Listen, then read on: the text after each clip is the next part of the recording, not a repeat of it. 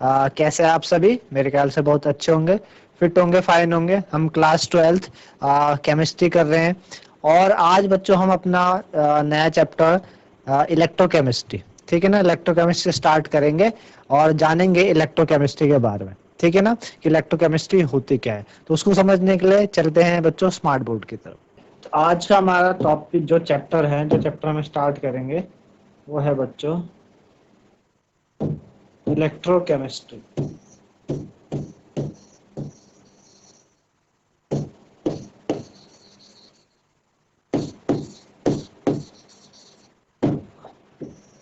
Electrochemistry यानी वैद्युत वैद्युत रसायन।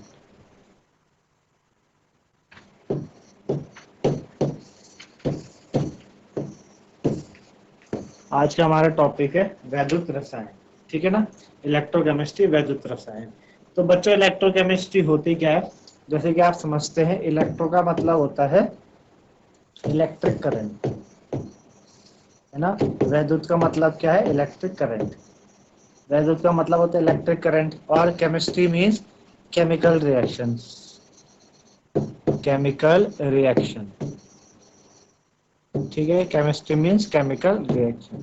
तो होगा क्या इलेक्ट्रोकेमिस्ट्री में? हम क्या करेंगे? हम करेंगे कि इलेक्ट्रिक करंट का यूज करके, हम इलेक्ट्रिक करंट का यूज करके हम कोई केमिकल रिएक्शन करवाएंगे, ठीक है ना। हम क्या करेंगे?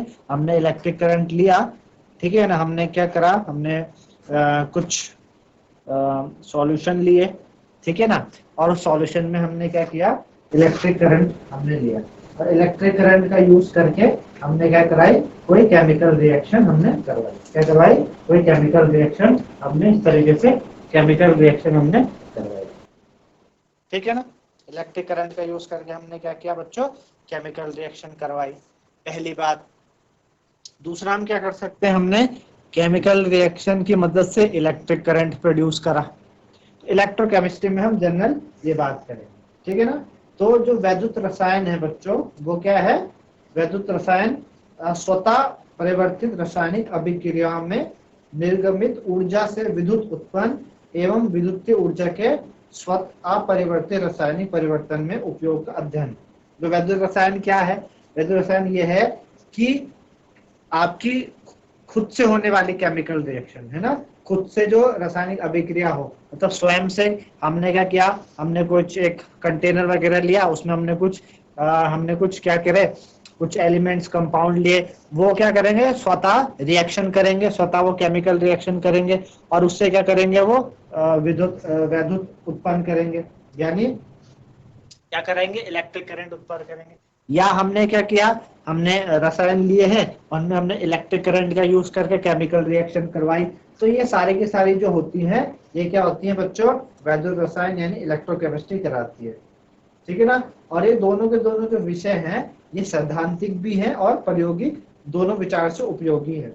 जो बहुत सारी धातुएं होती हैं, जैसे कि सोडियम हाइड्रोक्साइड हो गया, क्लोरीन है, फ्लोरीन है, और या बहुत सी अन्य रसायन है ना। जैसे मैंने आपको बताया सोडियम हाइड्रोक्साइड है आपके पास, क्लोरीन है, फ्लोरीन है, ये बहुत सारे अन्य रसायन है। ये वैद्युत रासायनिक विधियों द्वारा बनाए जाते हैं। किससे बनाए जाते हैं? यानी इलेक्ट्रोकेमिकल प्रोसेस द्वारा ये बनाए जाते हैं। कौन कौन से? सोडियम हाइड्रोक्साइड, क्लोरीन, फ्लोरीन और बहुत सारे ऐसे रसायन, ये इलेक्ट्रोकेमिस्ट्री प्रोसेस के द्वारा बनाए जाते हैं। बैटरी और ईंधन जो होता है ना आपके पास, बैटरी और ईंधन से जो में बैटरी हो गया या आपके पास फ्यूल सेल हो गए, है ना, उसमें रासायनिक ऊर्जा को वैद्युत ऊर्जा में परिवर्तित करते हैं, है ना। आपने देखा आपके घरों में बैटरी होती है, रिमोट में क्या है? बैटरी है।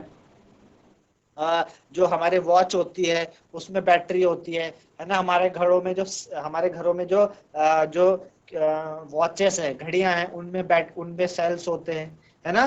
तो हम क्या करते हैं बच्चों? बैटरी या ईंधन सेल है, उनमें रासायनिक ऊर्जा का उपयोग करके हम उसको क्या करते हैं? हम उसको वैद्युत ऊर्जा में परिवर्तित करते हैं। जैसे आपके घरों में रिमोट है, अब रिमोट में सेल है, तो जैसे आप सेल को रिमोट के अंदर लगाते हो, तो उस सेल में क्या है बच्चों? उस सेल में कुछ केमिकल्स है ना। जैसे आपके पास ये सेल है, ये सेल में क्या है? केमिकल्स है ना। अब सेल, ये आपके पास एक सेल है, एक तरफ पॉजिटिव टर्मिनल होता है, एक नेगेटिव टर्मिनल होता है। और आपने प्रीवियस क्लासेस में पढ़ा है कि कॉम्बिनेशन ऑफ सेल, क्या, combination of cell, combination of cell, cell के कॉम्बिनेशन से क्या बनती है, बैटरी बनती है ना। सेल तो एक चीज हो गई, लेकिन बहुत सारे सेल मिलके क्या बनाते हैं, बैटरी बनाती है। तो आपने सेल लगाया अपने रिमोट में, अब इनमें जो केमिकल्स हैं, इनमें क्या है, इन सेल के अंदर केमिकल है, क्या है, इन सेल के अंदर केमिकल्स हैं। अब ये केमिकल्स क्या करते हैं, रिएक्शन, ये केमिकल खुद से क्या करते हैं, रिएक्ट करते हैं। और ये कैसी रिएक्शन होती है, स्पॉन्टेनियस।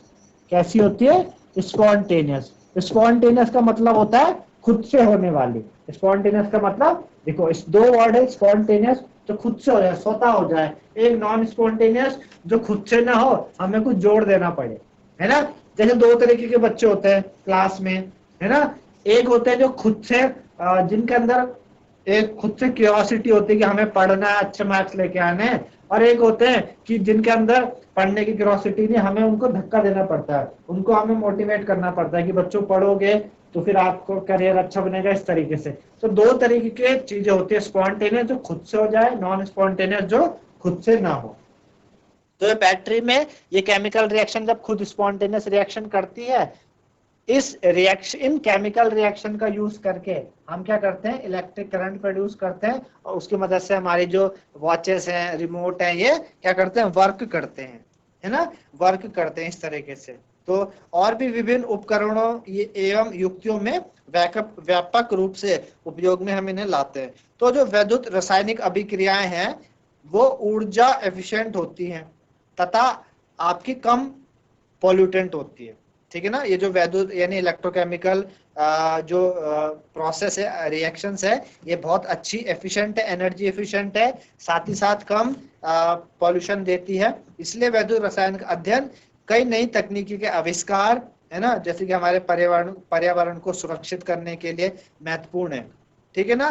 तो और भी संवेदी संकेतों का कोशिकों, जो हमारी कोशिका से मस्तिष्क या इसके विपरीत दिशा में संचरण और कोशिकाओं के मध्य संचार का मूल आधार वैद्युत रसायन ही है। इसलिए वैद्युत रसायन क्या है बच्चों, एक बहुत ही इंपॉर्टेंट प्रोसेस होता है आपके पास इलेक्ट्रोकेमिस्ट्री। एक जनरल इंट्रोडक्शन था इलेक्ट्रोकेमिस्ट्री का, वैद्युत रसायन का, जो कि मैंने बताया कि इलेक्ट्रो मीन्स इलेक्ट्रिक करंट और केमिस्ट्री मीन्स केमिकल रिएक्शन। तो केमिकल इलेक्ट्रिक करंट का यूज करके जब हम केमिकल रिएक्शन करवाएं या केमिकल रिएक्शन का यूज करके हम इलेक्ट्रिक करंट प्रोड्यूस करें, तो ऐसे जो होते हैं ये क्या कहलाते हैं आपके, इनको हम क्या कहलाते हैं, ऐसी चीजों को हम इलेक्ट्रोकेमिस्ट्री कहते हैं, ठीक है ना। अब इलेक्ट्रोकेमिस्ट्री में बच्चों क्या होते हैं हमारे पास, इलेक्ट्रोकेमिस्ट्री में अलग अलग सेल के बारे में पढ़ेंगे कि भाई जो सेल होते हैं वो क्या होते हैं, किस तरीके से होते हैं, इन सब के बारे में हम पढ़ेंगे। तो सबसे पहले बात करते हैं हम इलेक्ट्रोकेमिकल सेल, किसकी, इलेक्ट्रोकेमिकल सेल, इलेक्ट्रोकेमिकल सेल, ठीक है ना, इलेक्ट्रोकेमिकल सेल। अब इलेक्ट्रोकेमिकल जो सेल है ना, इलेक्ट्रोकेमिकल सेल, इलेक्ट्रोकेमिकल सेल होते क्या हैं बच्चों, इलेक्ट्रोकेमिकल सेल वो होते हैं जो केमिकल एनर्जी का यूज करके, केमिकल एनर्जी का यूज करके, केमिकल एनर्जी का यूज करके क्या करते हैं, इलेक्ट्रिक एनर्जी देते हैं। क्या करते हैं, केमिकल एनर्जी का यूज करेंगे और क्या करेंगे, इलेक्ट्रिक एनर्जी देंगे, इलेक्ट्रिक एनर्जी, ठीक है। क्या करेंगे, केमिकल एनर्जी का यूज करेंगे इलेक्ट्रोकेमिकल सेल, और केमिकल इलेक्ट्रिकल एनर्जी प्रोड्यूस करेंगे due to spontaneous redox reaction, due to spontaneous redox reaction, ठीक है। इलेक्ट्रोकेमिकल सेल के हमारे पास ऐसे सेल होंगे जिसमें कि कुछ केमिकल्स होंगे, वो केमिकल्स क्या करेंगे, उन केमिकल्स के पास वो केमिकल क्या करेंगे, केमिकल रिएक्शन करेंगे, केमिकल रिएक्शन यानी केमिकल एनर्जी, है ना। और कैसे करते हैं वो, स्पॉन्टेनियस रिडॉक्स रिएक्शन की मदद से। स्पॉन्टेनियस खुद से जो होते हैं, है ना। रिडॉक्स रिएक्शन क्या होती है, आपको प्रीवियस क्लास में आपने पढ़ा है कि भाई रिडॉक्स रिएक्शन क्या होती है, ऐसी रिएक्शन जिसमें कि ऑक्सीडेशन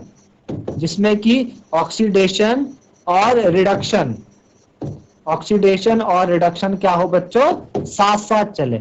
ऑक्सीडेशन और रिडक्शन क्या हो, साथ साथ चले, है ना, क्या चले, साइमल्टेनियसली चले, एक साथ चले, जिसमें ऑक्सीडेशन भी और रिडक्शन भी क्या हो, साइमल्टेनियसली चले, एक साथ चले, वो रिडॉक्स रिएक्शन होती है। अब ऑक्सीडेशन आपको पता है, ऑक्सीडेशन क्या होता है, लॉस ऑफ इलेक्ट्रॉन। ऑक्सीडेशन क्या है, लॉस ऑफ इलेक्ट्रॉन, और रिडक्शन क्या है, गेन ऑफ इलेक्ट्रॉन, है ना, रिडक्शन क्या है, गेन ऑफ इलेक्ट्रॉन।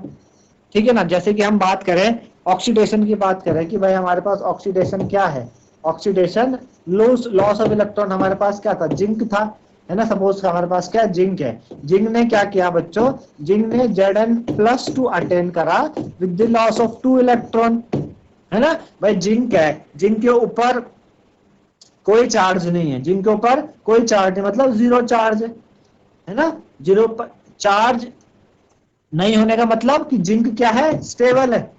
चार्ज नहीं होने का मतलब क्या है, जिंक क्या है, स्टेबल है। क्या है, स्टेबल है, इसके ऊपर कोई चार्ज नहीं, मतलब जीरो है, स्टेबल है।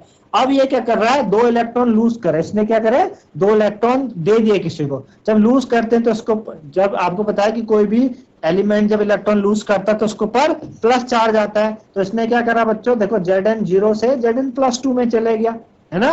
क्या हुआ, इसने 2 इलेक्ट्रॉन ये लूज करे, जो वो प्लस, मतलब लूज करना प्लस चार्ज है, इसलिए +2 आ गया इसके ऊपर। तो यहाँ पे क्या हुआ, लॉस ऑफ इलेक्ट्रॉन हुआ।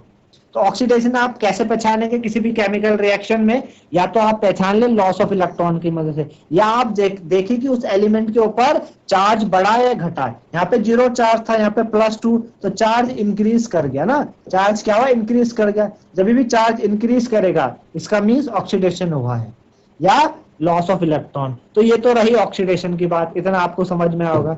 अब देखते हैं रिडक्शन। अब बात करते हैं रिडक्शन की,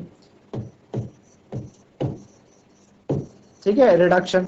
तो रिडक्शन जैसे कि कॉपर+2, कॉपर+2 ने क्या किया, 2 इलेक्ट्रॉन गेन करे और ये कॉपर में चले गया। अब भाई कॉपर+2 का मतलब क्या है, इसने 2 इलेक्ट्रॉन किसी को दिए हैं, +2 का मतलब इसने किसी को 2 इलेक्ट्रॉन दिए हैं। अब इसको अपने 2 इलेक्ट्रॉन वापस लेने हैं, तो इसने 2 इलेक्ट्रॉन वापस ले लिए। अब जब 2 इलेक्ट्रॉन इसने वापस ले लिए तो इसके ऊपर से प्लस चार्ज हट जाएगा ना, 2 दे रखे थे वो वापस ले लिए। मेरे ऊपर सपोज क्या है, मैंने किसी को 2 रुपए दे रखे थे, अब मेरे पर, यानी मेरे ऊपर क्या आ जाएगा, +2, मैंने किसी को दे रखे हैं। अब मैंने उससे 2 रुपए दे दिए, तो अब मेरे पैसे वापस आ गए, तो मेरे ऊपर क्या आ गया, 0 चार्ज। मेरे ऊपर किसी ने मुझे कुछ रुपए नहीं देने, अब तो मेरे ऊपर क्या आ गया, 0 आ गया। यहाँ पर क्या आ गया, 0 आ गया। आप देख रहे हैं +2 से वो 0 चले गया, क्यों गया, +2 था, किसी को दे रखे थे, तो वापस 2 इलेक्ट्रॉन ले लिए, तो 0 आ गया। तो यहाँ पे क्या हुआ, गेन करे इसने, ये 2 इलेक्ट्रॉन है, ये क्या करे, गेन करे। तो जब 2 इलेक्ट्रॉन गेन करेगा तो रिडक्शन हुआ है।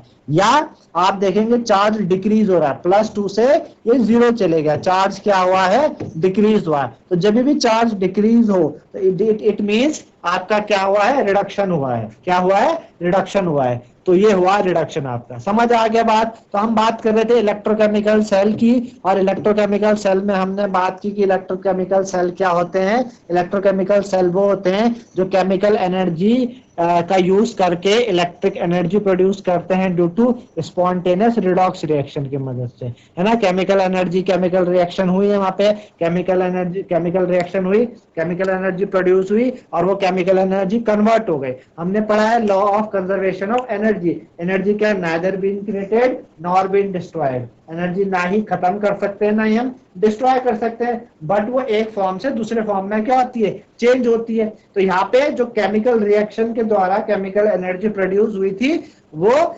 इवेंचुअली कन्वर्ट हो गई इलेक्ट्रिकल एनर्जी में। और क्यों हुई, due to spontaneous redox reaction की मदद से।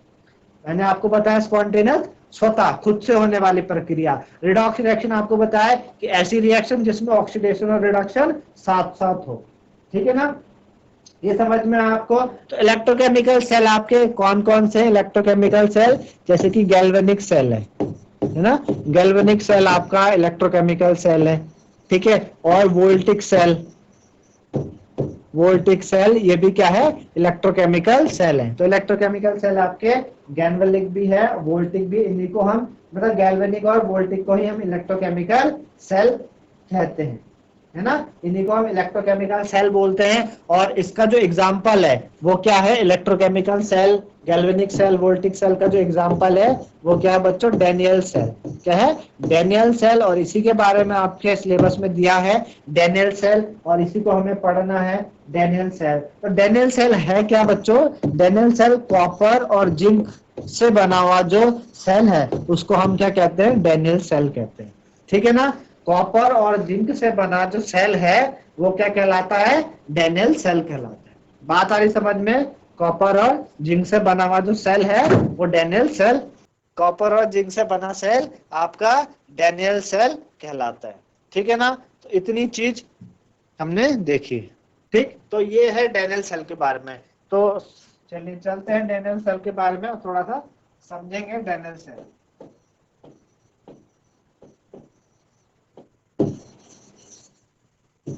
ठीक है ना, डेनियल सेल जिंक और कॉपर से बना जो सेल होता है वो क्या कहलाता है, डेनियल सेल कहलाता है। ठीक है ना, जिंक और कॉपर का जो बना सेल है डेनियल सेल है। डेनियल सेल आपका एग्जांपल है गैल्वेनिक, वोल्टिक और इलेक्ट्रोकेमिकल सेल का एग्जांपल आपके पास क्या है, डेनियल सेल। ठीक है बच्चों, तो हम क्या करते हैं, इस तरीके से हम दो कंटेनर लेते हैं, है ना, इस तरीके से हमने दो कंटेनर लिए। ठीक है ना, दो कंटेनर लिए और दो कंटेनर में हमने दो इलेक्ट्रोड भी ले ली।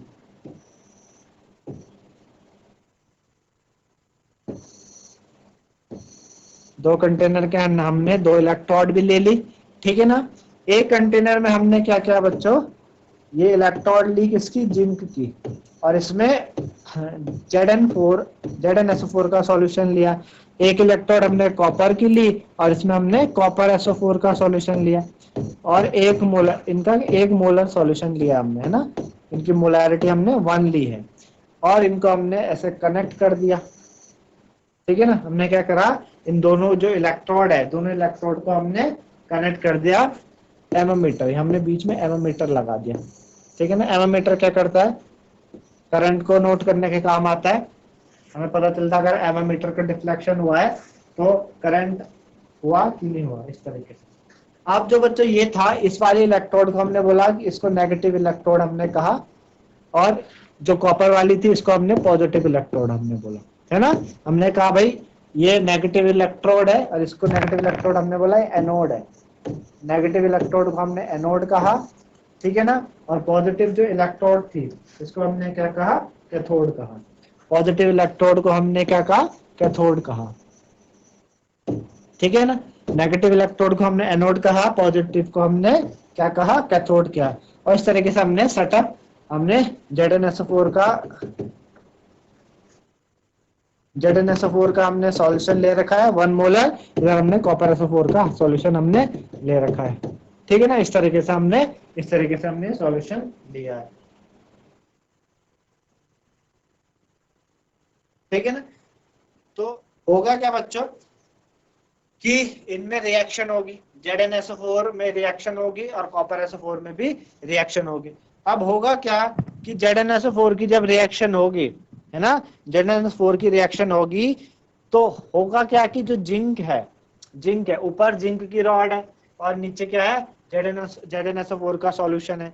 होगा क्या कि जिंक की रॉड से, जो जिंक की रॉड है, जिंक की रॉड में जो जिंक के आयंस है ये ऑक्सीडाइज होंगे, इनका क्या होगा, ऑक्सीडेशन होगा, है ना, इनका ऑक्सीडेशन होगा। तो ये क्या करेंगे, Zn+2 के फॉर्म में सॉल्यूशन में गिरेंगे। Zn की जो स्ट्रिप है वो धीरे धीरे पतली होती चली जाएगी। Zn की स्ट्रिप धीरे धीरे पतली होगी, जो Zn के आयन है, Zn क्या करेगा, ऑक्सीडेशन करेगा। इस तरफ क्या होगा बच्चों, ऑक्सीडेशन होगा आपका, इस तरफ क्या होगा, ऑक्सीडेशन होगा। इस तरफ क्या होगा, ऑक्सीडेशन होगा। ठीक है ना, इस तरफ होगा ऑक्सीडेशन। ऑक्सीडेशन होगा तो ऑक्सीडेशन में क्या हुआ कि Zn ने क्या किया, Zn+2 में कन्वर्ट हो गया with the loss of 2 electron. अब जब ये क्या करेगा, ये नेगेटिव इलेक्ट्रोड है, जब Zn टूटेगा Zn+2 में 2 इलेक्ट्रॉन, तो ये इलेक्ट्रॉन क्या करेंगे, ये इलेक्ट्रॉन ये ऊपर की तरफ जाएंगे, ये इलेक्ट्रॉन है रॉड से ऊपर की तरफ जाएंगे और इस डायरेक्शन में इधर को जाएंगे, है ना, इस डायरेक्शन में इधर को ये मूव करने लगेंगे, ठीक है ना, इस डायरेक्शन में इधर को मूव करने लगेंगे और धीरे धीरे इधर को आएंगे। अब होगा क्या कि यहाँ पे भी CuSO4 है, जो CuSO4 क्या होगा, Cu+2 में है, +2 में, और SO4 2 नेगेटिव में ब्रेक होगा। भाई केमिकल रिएक्शन हो रही है ना, ये खुद से ZnSO4 में क्या हो रहा है, ZnSO4 और कॉपर SO4 में खुद से रिएक्शन हो रही है। ZnSO4 में Zn+2SO4 2 नेगेटिव में टूट रहा है, कॉपर SO4 कॉपर 2+ और SO4 2 नेगेटिव में टूट रहा है। हमने बात की ना, स्वतः स्पॉन्टेनियस रिडॉक्स रिएक्शन हो रही है। क्या हो रही है, स्पॉन्टेनियस रिडॉक्स, एक कंटेनर में ऑक्सीडेशन हो रहा है, एक में रिडक्शन होगा। अब होगा क्या कि भाई ये कॉपर +2 है, इसको रिड्यूस होना है, रिड्यूस होने के लिए इसको इलेक्ट्रॉन चाहिए। तो ये 2 इलेक्ट्रॉन जिंक से यहाँ से निकले थे, इधर इधर ट्रैवल हुए थे, वो इधर आएंगे तो जिंक बोलेगा वाह मेरे लिए बहुत अच्छा हो गया, 2 इलेक्ट्रॉन आ रहे हैं, तो 2 इलेक्ट्रॉन को क्या कर लेगा, गेन करके ये रिड्यूस कर लेगा, तो यहाँ पे रिडक्शन हो जाएगा। इस कंटेनर में क्या होगा, रिडक्शन स्टार्ट हो जाएगा। क्या होगा, कॉपर +2 ने 2 इलेक्ट्रॉन ये गेन करे और 2 इलेक्ट्रॉन गेन करके कॉपर में बदल गया, तो भाई यहाँ पे रिडक्शन हो गया, है ना, रिडक्शन हुआ। अब देखेंगे हम कि भाई जब यहाँ पे रिडॉक्स रिएक्शन हुई है, केमिकल रिएक्शन के कारण, स्पॉन्टेनियस केमिकल रिएक्शन के कारण रिडॉक्स रिएक्शन हुई, यानी एक कंटेनर में ऑक्सीडेशन हुआ, एक में रिडक्शन हुआ, यानी इलेक्ट्रॉन का फ्लो हुआ। क्या हुआ बच्चों, फ्लो ऑफ इलेक्ट्रॉन, ठीक है, क्या हुआ, फ्लो ऑफ इलेक्ट्रॉन हुआ। और आपको पता है फ्लो ऑफ इलेक्ट्रॉन क्या होता है, चार्ज। अगर चार्ज की यूनिट अगर पूछे कि व्हाट इज चार्ज, चार्ज क्या है, तो charge is flow of electron, है ना, चार्ज अगर पूछे तो क्या है, फ्लो ऑफ इलेक्ट्रॉन। और इलेक्ट्रिक करंट क्या होता है, flow of charge. Electric current क्या होता है, फ्लो ऑफ चार्ज। जब चार्ज फ्लो करे तो करंट पैदा होता है। और आपको पता है कि इलेक्ट्रॉन और करंट वो अपोजिट डायरेक्शन में चलता है। अगर इलेक्ट्रॉन इधर चलेगा तो करंट की डायरेक्शन इधर होगी, है ना। तो हमने देखा कि भाई इलेक्ट्रॉन की डायरेक्शन ये थी इस तरफ, जिंक से कॉपर, तो जिंक से कॉपर, तो करंट क्या होगा बच्चों, कॉपर से जिंक की तरफ चलेगा, है ना, कॉपर से जिंक की तरफ क्या चलेगा, करंट चलेगा। आई बात समझ में। और इसीलिए आप देखते हैं कि करंट की डायरेक्शन क्या होती है, जो करंट होता है वो हमेशा क्या होता है, प्लस से नेगेटिव की तरफ जाता है। इसलिए हमने इसको पॉजिटिव बनाया कैथोड को, और एनोड को हमने क्या बनाया, नेगेटिव बनाया। इसीलिए हमने बनाया, क्यों, क्योंकि करंट क्या हो रहा है, प्लस से नेगेटिव की तरफ चल रहा है। भाई इलेक्ट्रॉन आपके जिंक से नेगेटिव इलेक्ट्रॉन से पॉजिटिव की तरफ जा रहे हैं, तो इलेक्ट्रॉन का फ्लो उसका उल्टा होगा। इतना मेरे ख्याल से आप लोगों को समझ में आया होगा, ठीक है ना। तो समय क्या हुआ, कारण हम इतना ही छोड़ रहे हैं बच्चों आज, इसका अगले भाग में लेके आएंगे। तो इस तरीके से आपने समझा इलेक्ट्रोकेमिस्ट्री के बारे में, वैद्युत रसायन के बारे में समझा, ठीक है ना। इलेक्ट्रोकेमिकल सेल क्या होते हैं मैंने आपको समझाया, ठीक है। आई होप सभी को समझ में आया होगा। डैनियल सेल जो हमने स्टार्ट किया है वो भी आपको समझ में आएगा। इसका अगला चीज हम अगले भाग में लेके आएंगे। तो आज के लिए इतना ही, धन्यवाद, हैव अ नाइस डे।